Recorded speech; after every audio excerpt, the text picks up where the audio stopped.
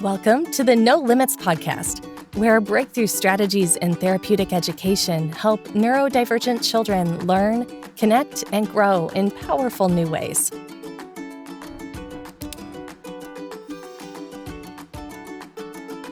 Hi, and welcome to the No Limits podcast for children with unique abilities. I'm Laura Joslin. I'm the CEO of Ability Plus Therapy, which is a pediatric rehab facility. I'm also the co-founder of No Limits Academy, which is a school for kids with unique abilities and a lot of unique abilities that we have in our children. And then also the co-founder of No Limits Method, which is an education technology company that explains exactly what we're doing in both of the other companies. So today I have my special guest with me, Dr. Tally Foster. She's an occupational therapist here at Ability Plus Therapy for a very long time. I don't even know how many years, but thank you because you do some amazing work. And my business partner, Roberta Neves, who is an amazing physical therapist. And we're going to talk about today sensory integration and how that works into a classroom, how we can get that pulled through so that they get the optimal learning that they need. And they've seen it in action everywhere, not just in therapy, but inside of a classroom that's been guided with therapeutic education, which is the No Limits Method. It's our little coin of therapeutic education, taking two different fields and putting them together. So I'm going to let these girls go because I'm going to sit back and just be amazed.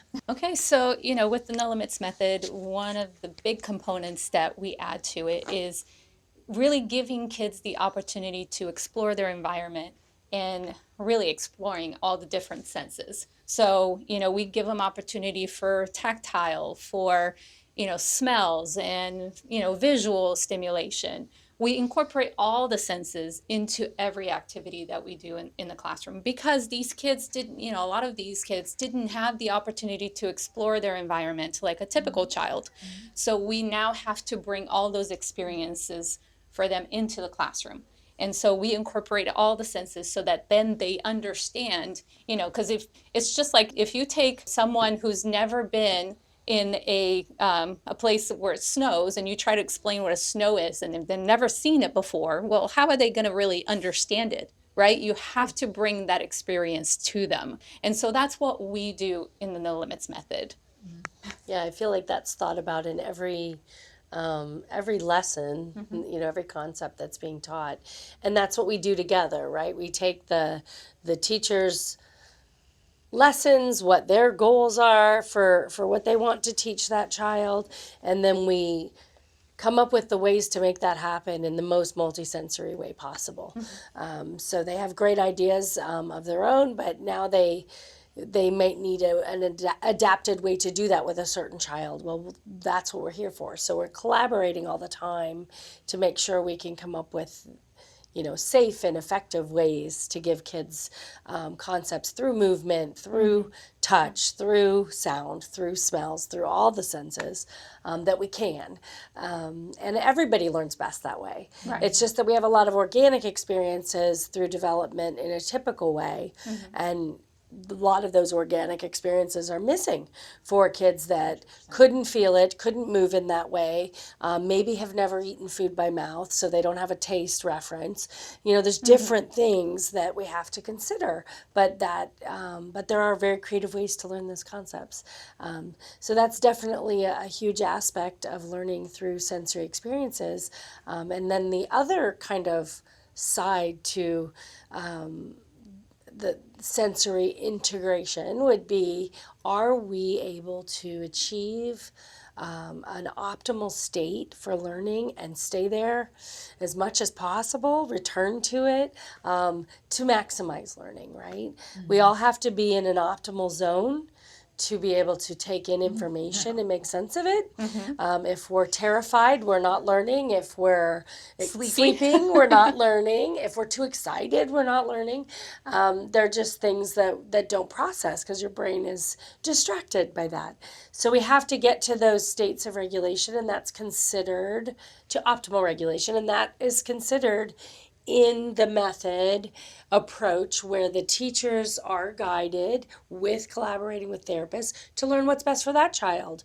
Do they need to move more, move less, move differently? Do they need to have different sound? Do we need to alter the lighting?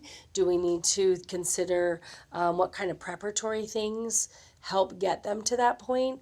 And then what to do if they kind of fall out of that state. exactly. How do we get back to it, and what's a reasonable expectation? Super custom for everybody, but that's the point. The method is comprehensive in concept, like the concepts that get applied to everybody, but individual and how it's applied. So everybody needs different things, and that's what's so neat to see going on in the environment of the classroom where that's being done. Is everybody's still, there's a pattern, there's a routine, but everybody is still getting their unique needs met at the same time.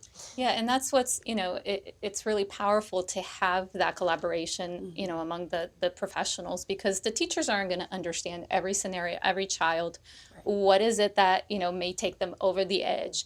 And what are those symptoms? What do these symptoms look like when you have gotten them to that point? How do you bring them down? So that's all, the education that the teachers are getting from the therapists, from, those professionals that understand that medical aspect. Identifying it and then how to respond to it. And, a lot of times, we have kids that have a lot of behavior issues, but is it really behavior? It could be sensory, but how do you recognize those and how do you address those, right? Because there are some times when it's purely behavior, even if it's a nonverbal child, they're still very smart. And they, they'll manipulate and do things, but you're looking for the reason, right? Yeah. Behaviors are always the result of a need, and they may have a need that's just a desire, but they may have an actual need that needs to be met. Right, and in providing those sensory opportunities, you'll see that decrease in behavior. Yeah. So,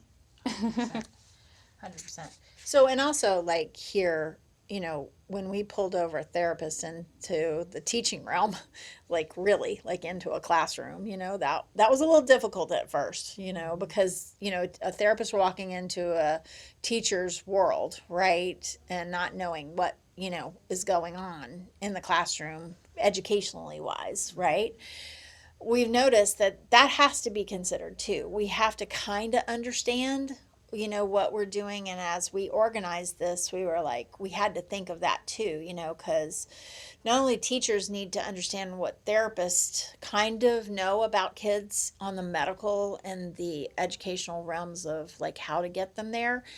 The therapists need to know about teachers, right? And what are the demands on teachers, right? And how those demands like affect a classroom and how they affect a child, right? And what their goals are educationally for that child, for right? All their students. Right. So we here use life plans to connect both therapists and teachers to like create that scenario for each individual child, right? It creates a structure. And it's not an IEP because that's a legal document from like, top down. That life plan that we have is child up, right? We talk about like, this is what I'm having trouble with, and how those techniques that we use in the no limits method can literally like move forward. And we learn, like you said, so much from each child, right? I mean, because we have children that have cerebral palsy and autism, as their secondary diagnosis, or then when they just have autism and some genetic disorder. It's like, we had to like, those are very unique to those children, so we have to adapt, and those two professional voices just aren't talking to each other, right?